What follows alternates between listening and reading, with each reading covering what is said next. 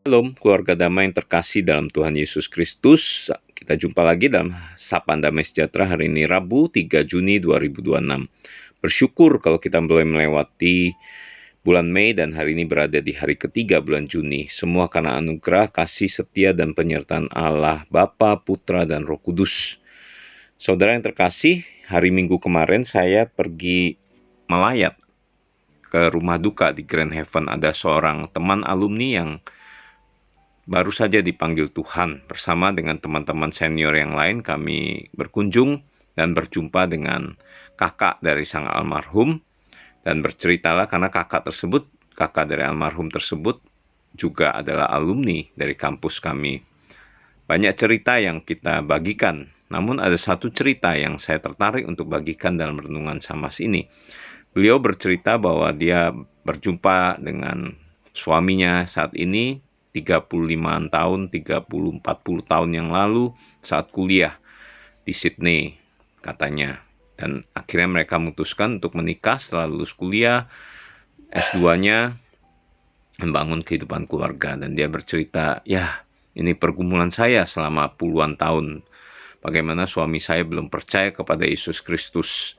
Sang suami kalau diajak ke gereja mau aja, tapi katanya kalau berdoa hanya bisa berdoa kepada Allah Yahweh, Allah pencipta langit dan bumi, karena suaminya adalah seorang yang memiliki latar belakang beragama Konghucu atau Buddhaisme atau Taoisme ya, perpaduan gitu ya.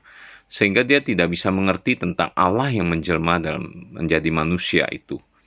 Wah, ini kesimpulan kami kemarin. Memang tidak mudah ya ketika kita ngobrol tentang bagaimana ya seorang bisa percaya bahwa Yesus adalah Tuhan dan Juru Selamat.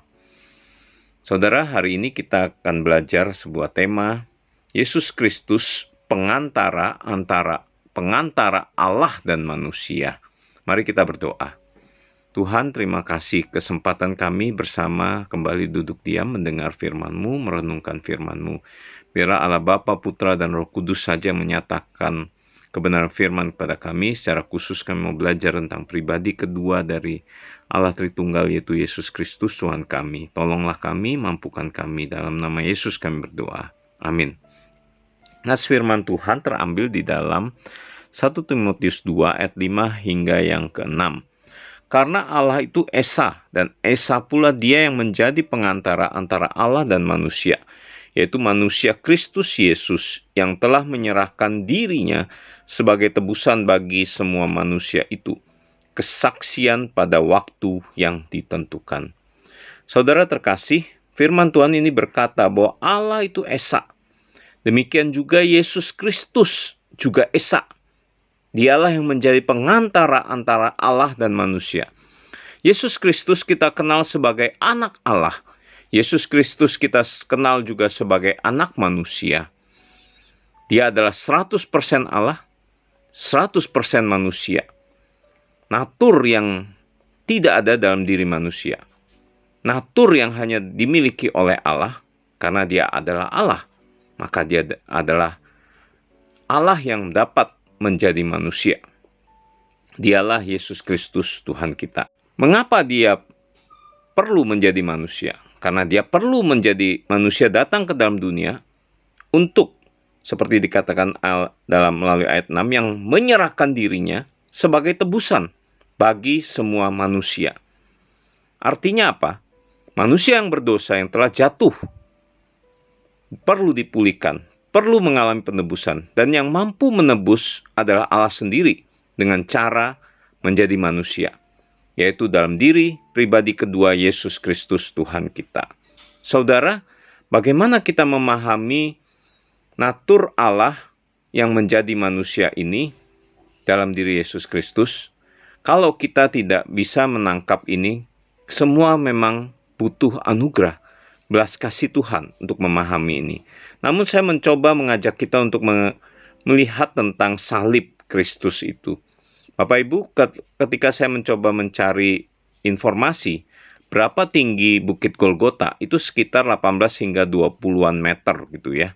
Ya, itu setara dengan bangunan 5 lantai.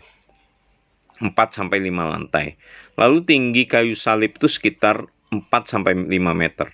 Artinya ketika Yesus tersalib di Bukit Golgota, posisi daripada Tuhan Yesus itu tergantung di atas kayu salib, dan posisi orang yang lewat atau menyaksikan proses penyalipan dari bawah itu melihat sepertinya Tuhan Yesus itu berada di antara langit dan bumi. Kalau kita belajar tentang teologi salib, itu adalah mengatakan tentang kutukan, sesuatu yang hina, yang celak, yang terbuang, yang diabaikan karena tidak layak lagi dia untuk diterima seperti itu. Salib melambangkan di antara langit dan bumi, menggambarkan tentang bagaimana situasi Tuhan Yesus itu ditolak oleh langit, seolah-olah dia ditolak oleh Allah, ditolak oleh bumi, yaitu ada penolakan manusia pada saat itu bahwa dia bukan Mesias, dia harus dibunuh, digantung di atas kayu salib. Teologi salib menggambarkan tentang penolakan. Tetapi saya juga membayangkan tentang bagaimana posisi kayu salib di atas Bukit Golgota setinggi itu, menggambarkan tentang Yesus berada di posisi antara langit dan bumi, antara Allah dan manusia. Dia menjadi pengantara kita, menjadi mediator antara Allah dan manusia.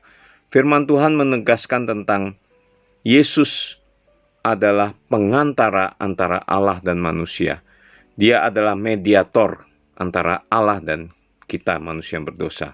Oleh karena itulah dia layak untuk menanggung dosa-dosa umat manusia, menanggung dalam dirinya, sehingga kita menjadi milik kepunyaannya karena kita sudah ditebus olehnya. Pemahaman tentang pengantara ini menolong kita, bukan, untuk boleh mengerti mengapa Allah perlu turun ke dalam dunia dan menjadi manusia.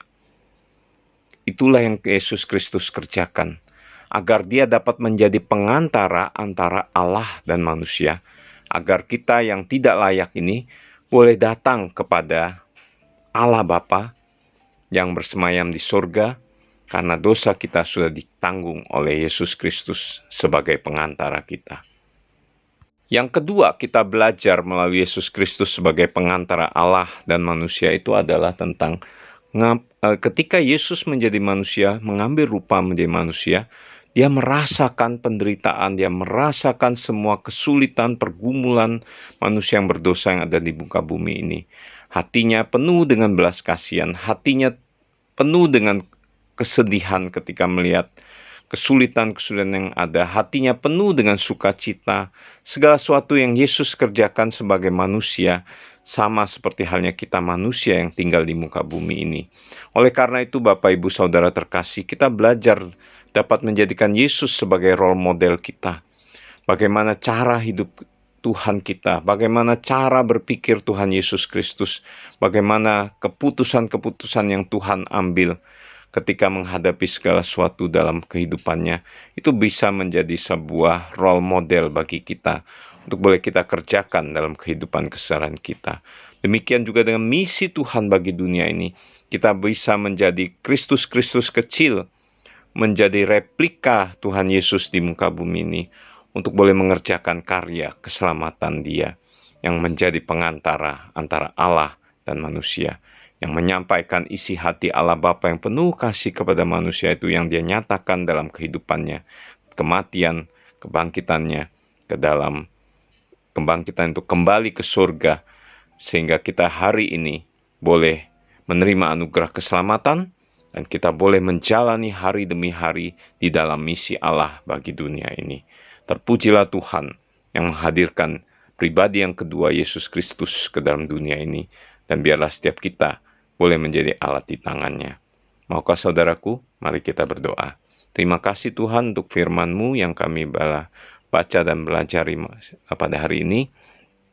Tolong kami bukan hanya menerima anugerah keselamatan melalui pengampunan, melalui penebusan karya Kristus di atas kayu salib itu, dan pengampunan oleh Allah Bapa, tetapi kami telah didamaikan, dan kami juga boleh belajar bagaimana Engkau menjadi pengantara, menjadi role model, menjadikan kami untuk boleh menjadi alat di tangan-Mu, meneruskan misi Allah di muka bumi ini. Pakailah kami Tuhan, bimbinglah kami. Dalam nama Yesus Kristus kami berdoa. Amin.